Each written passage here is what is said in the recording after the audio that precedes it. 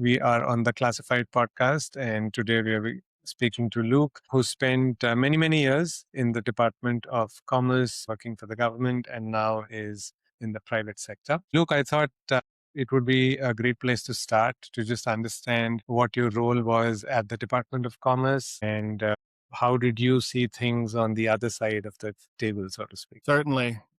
I was at the International Trade Administration, and the part of that office I was in particular is enforcement and compliance policy. And that ends up being a variety of tariff relief type programs. I worked on Section 232, steel and aluminum exclusions, and I also worked on assisting businesses to participate in foreign trade zones. Nice.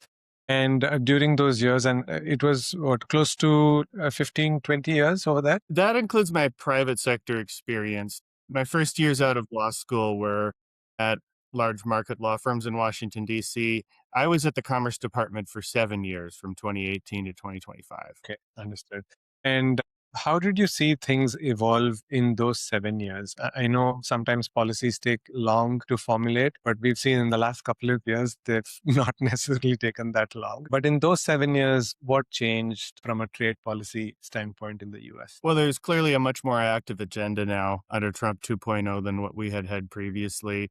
And just leaving aside the obvious changes in political philosophy that you get when the government changes party, I would say there's been a reduction in the lead time or advance notice before new policies are rolled out. Less, I would say, clear advance communication from administration officials about what future tariff burdens are going to be. And there's a more active agenda than there's been before. Yes, got it. Can we go a bit deeper into the stuff that you worked on, Luke? You mentioned Section 232. What is that? Can you tell us from the very basics and like what was the thinking behind those policies? Section 232 is a national security law, and the president, long ago, about 9 years by now, requested a report on steel and aluminum as national security commodities. BIS, which was a sister agency of mine within the Department of Commerce, came back with a report stating that tariffs on steel and aluminum would have a national security upside or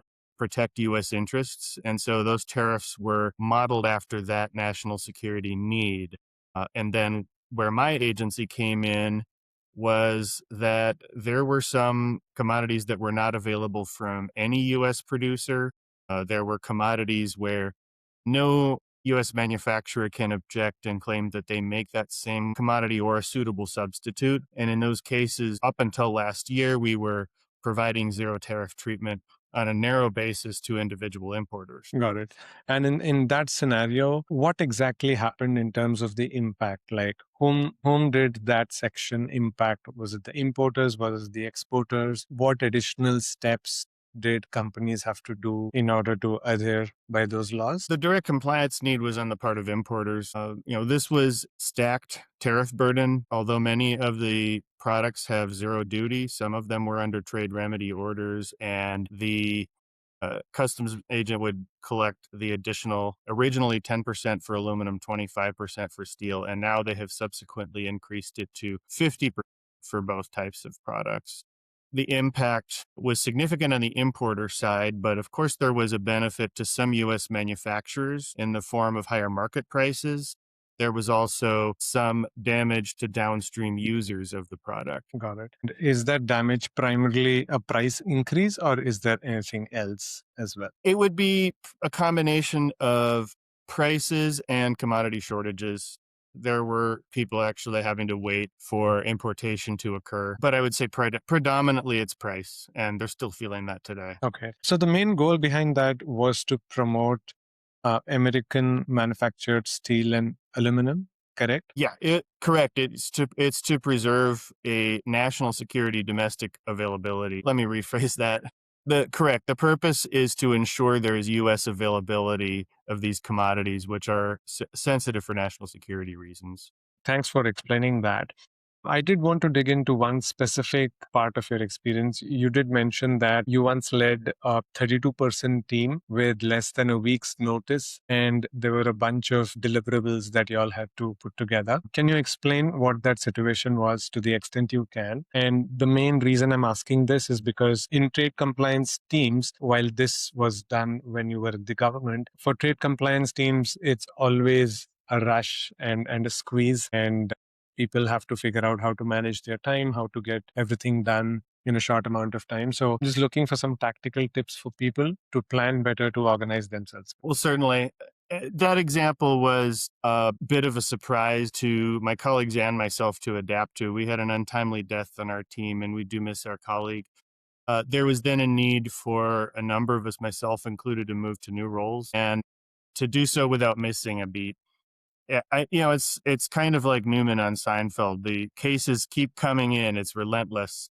We didn't want to take time off to train into new roles. We did it all in real time, and everyone had essentially two jobs: the one we were moving toward, and then the training of our replacements with our old teams.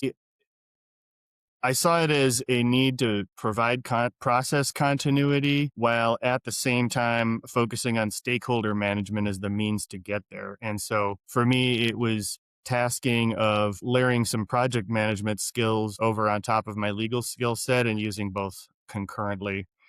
The biggest challenge being some people on the team hadn't worked with me. I was a new face for some of the 32 people on the team. And so I had my predecessor do the introduction for me. There was at least a familiar face there. And not only was it internal stakeholder management, but external stakeholder management as well, with others within the government who were in a client role, where we had to show those stakeholders that we had a plan, that things were going to remain on track. And ultimately, we would continue our weekly iterations on time without interruption and manage the turnover very smoothly. And I like what you said, that this has broader applicability in trade compliance. The project management challenges are there as well. They're very real. Things keep going. Nothing slows down when we have somebody who's new on the job. So I think just keeping the people first, and then remembering, as long as all 32 people know what to do and they come in and execute competently, which they did, I can't claim credit for it myself, but everyone on the team understood that we were having a smooth transition, and they all picked things up and communicated where readily needed. That's awesome. I think, yes, for any such thing to work, you need the entire team to be working in unison. But I'm sure it was a lot of learnings for you from a project management standpoint, which might have been new at that time. And you also mentioned that there were a bunch of cases that you inherited at one point. And again, as always, deadlines were short, perhaps like a week or two. Can you tell us about that particular instance? Again, it is about making something happening on time. And some of us sometimes have this misconception that things in the government work slowly rather than the private sector, but that's not necessarily the case, right? So there's always deadlines so help us draw a picture for the audience about what that scenario looked like. What was the problem at hand? Why was there a deadline which was so important to be met? And how did you guys work around that? There were again staff losses happening, and this was a different team, and each person who left was leaving for different reasons. This was a more recent example last year where some people had taken the retirement buyout, and there were personal and professional reasons, but the team was dwindling, and I ended up assuming cases that had been sitting, sort of waiting to be reassigned. So it was a challenge largely of recognizing that there are three layers in federal policy, where you've got statute and regulation as the first two layers, but then there's a third layer in agency practice. Agencies not only handle details that are more granular than what gets published in the Federal Register, the Public Gazette, but they also make changes too fast for a notice of proposed rulemaking. And so there are things happening in real time. I would see something happen on one case and I would question, how does this map on to those other 11 cases? Is there a new policy that will be arising again each time? And what is the new policy? How is it adequately framed in a way that would translate between different cases and different situations. And so there was an anticipatory response that I was putting in where I would do my best guess of changing agency practice and then keep the cases moving. You asked about the deadlines. There are regulatory deadlines for FTZ production notifications and such. There are also internal deadlines used to facilitate those and to ensure that the various teams have enough time to perform their roles along the way. So first of all, I identified cases that were late, usually with an internal deadline. Complete those immediately, and next start completing cases on time. And by the end of the 2 weeks, it was more a question of what progress am I able to make? What's ready for me to push it out the door, even if it's early? Because there are new cases coming down. There are new policies. And especially if I'm guessing about changing agency practice, I could get a case back conceivably. And, so it was just a matter of tracking my own workflows and managing those 3 layers of agency decision making. Awesome. And tactically, it sounds like you created a pattern or you found a template and you were trying to run as many cases as possible through those templates so that you could process them faster. Was that the idea? I guess I'll adopt that. Yeah. Uh, I was tracking multiple cases and issues. So if I saw a new policy that I hadn't seen before, I had at least a question about each of the cases where I would either anticipate what was going to happen or pass the question along so that I could get some early feedback and clarity about what the politicals needed, what the people in charge of the board wanted, that sort of thing. And I was just trying to apply this to, say, something that companies are facing today, which is around the IEEPA refunds. And there's so many different checks you need to do around liquidation, unliquidated entries, and you have all these categories and timelines to follow, right? So is there something that you could throw a bit of light on tactically, like how should someone like a customs broker or an importer organize themselves around a little bit of the chaos that has been caused? I guess that there's anticipating what CBP is going to do next. And I think from my time in government, I can pretty well imagine the story points that they are working through. I can almost visualize the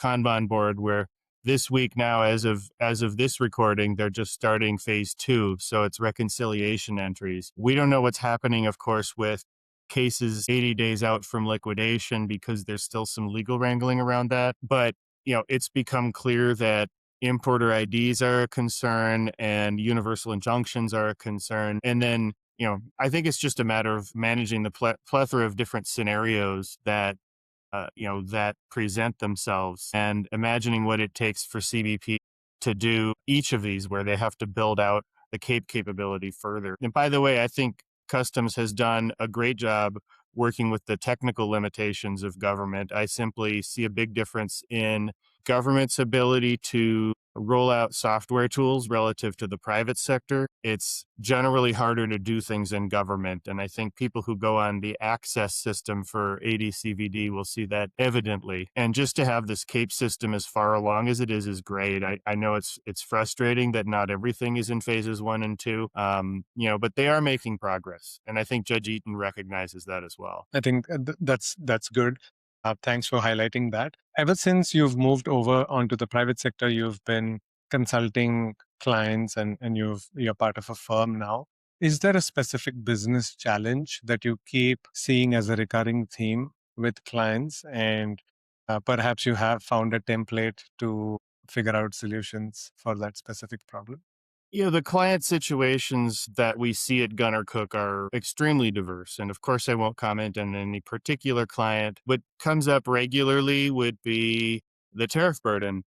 And of course, there's tariff mitigation, there is tariff avoidance strategy.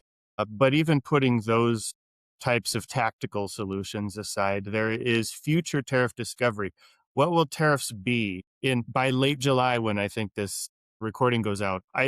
The best thing that I can say is, having observed this for many years, I do have a crystal ball. It isn't based on anything that could be reduced to AI. It's based on, I've seen countless administrations figure things out, and I've seen countless well, they're not really countless, I suppose a half a dozen, but I have seen administrations come up with solutions and say something publicly and change their minds. And so when it comes to the future positions, not only of the broad Section 301 investigations, but also of these narrow things like the section, but like the list three review, like the Brazil investigation. I think just talking to somebody who's been experienced around these things for many years is probably a sharper solution than any kind of project management tool. Got it. Can we deep dive a bit on that? You did mention tariff burden, not just for the current ones, but maybe figuring out what's coming up in the future. Can you envision that solution for us a little bit more as an importer or as an attorney, like someone who's looking into projecting that tariff burden for the future, right? So, what in your ideal world, what does that look like? Could you paint a picture? I think it's just a matter of triangulating from all that I've seen and what I understand that the current administration is grappling with. Let's just take a practical problem and tell me if you know how should a company solve this. Let's say a company wants to build a new product and they know that they would have to assemble say 10 components from outside their country. What process, what steps should they follow? What type of research should they do in order to not just get the best quality components but also at the right price, taking duty, tariffs, all of those things into consideration? I think what I would say to them is don't rely exclusively on any one professional. You may have a competent broker who's done this many times. The broker may be accustomed to the world before Liberation Day 2025, and they may be very well ready to adapt. But I think having strategic partnership as well, or consulting variety of professionals, and then being able to synthesize the feedback that you get would probably be the optimal way to ensure that those components can get where you need them at minimal cost. Got it. Got it. So try to get as many inputs as possible from a diverse set of people and then make your decisions instead of relying on just one person. Well, yeah. And I think what I would add to that is just to account for a range of possibilities. If you're modeling for a most likely tariff case, there could be a change or something unexpected. If you have a range of potential tariff values, for example, in your financial model, that's considered an optimal solution. And if you have more than one sourcing route, that can help to protect you as well. Got it. Got it.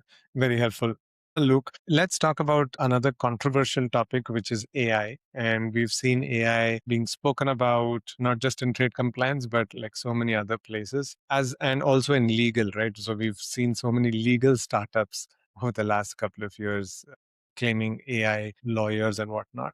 So, what's your take on AI? What do you think it's helpful for? Where have you seen it completely not work? And how do you see the future of AI within what you're doing today? Yeah, it's difficult to take just one stance when AI is growing into a larger topic, and I think we need new terminology.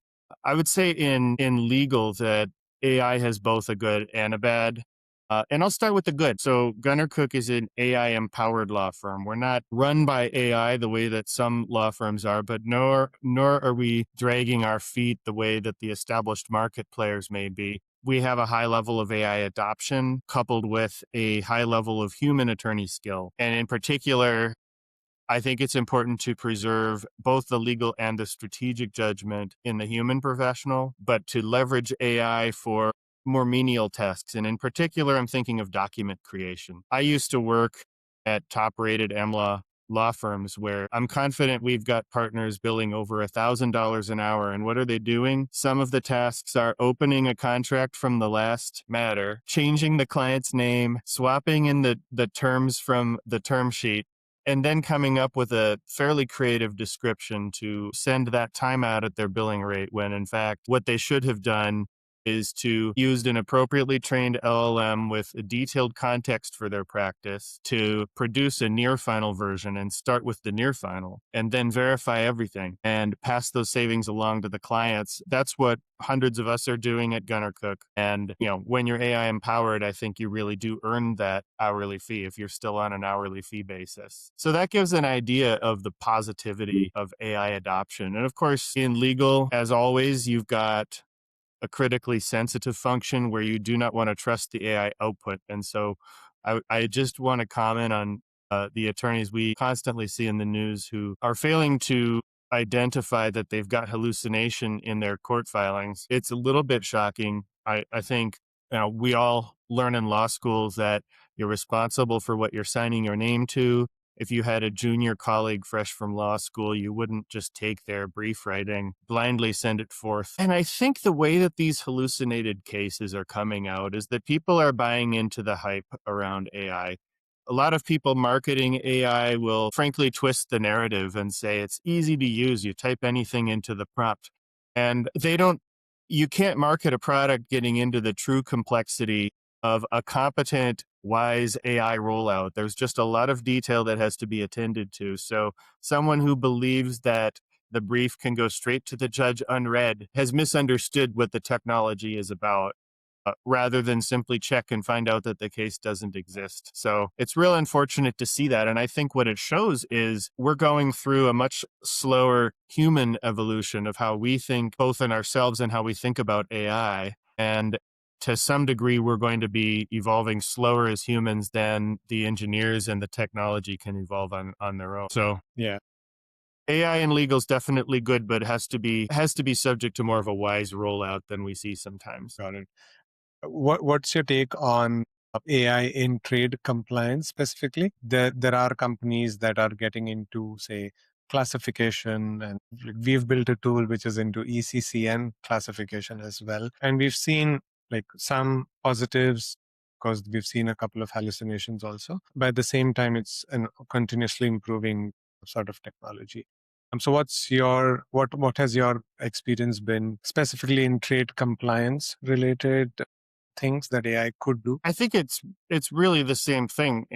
I've seen your tools; they're very powerful and impressive. I think that they're useful to organizations that want to control their compliance costs, while at the same time, ideally empowering a human compliance professional rather than abandoning that professional. Because of course, there could always be hallucination. You do want a person who's capable of spot checking, and you want a person who can simply do more with less time using these tools. Yeah, makes sense. Yes, that's our take too, meaning instead of the human having to spend a lot of hours reading through lots of material, we have AI do that, but then the human needs to be there to review and ensure that the final output that's being registered is correct. Luke, in closing, I also asked this question, which is what's a trade story that you would share with your grandkids that might make them go, oh, that's pretty cool? It's a difficult question. I don't think that, especially as they are small, that there's much very interesting about trade. It's a little bit of a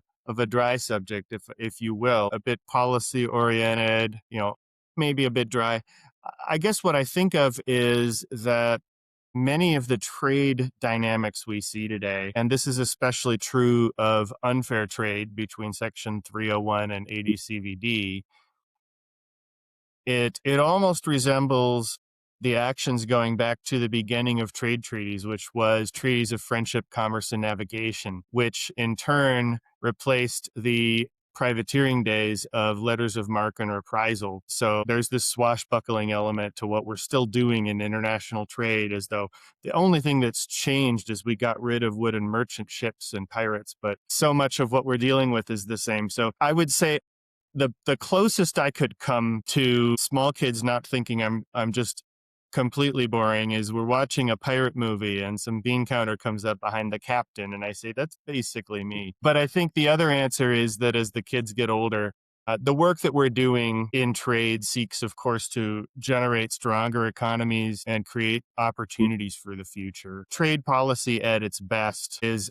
literally making a better world for their kids in turn. And I think as they mature and find out what the policies are really about, that's the best thing we can hope for. And they would think that that's pretty cool. Yes, absolutely. I've read many of those agreements myself just to educate myself, and I can see the thinking that came in with the WTO folks, the WCO folks. And it's really nice that some of these policies were made in the late 80s, 90s, and we still see them in play. I do feel that in the last couple of years, things have probably taken a little bit of a U-turn in terms of not having as free trade as much as we see, and that's where these tariffs and all those come in. But it's a push pull. I think it'll go on for some more time and keep things interesting. But Luke, this was really amazing, educational. Thank you so much for providing some of those tactical details of what you did, which is very helpful, and also giving us few thoughts on what the future looks like. Thank you, Shailesh. Nice talking to you today. Great. Thank you so much, Luke.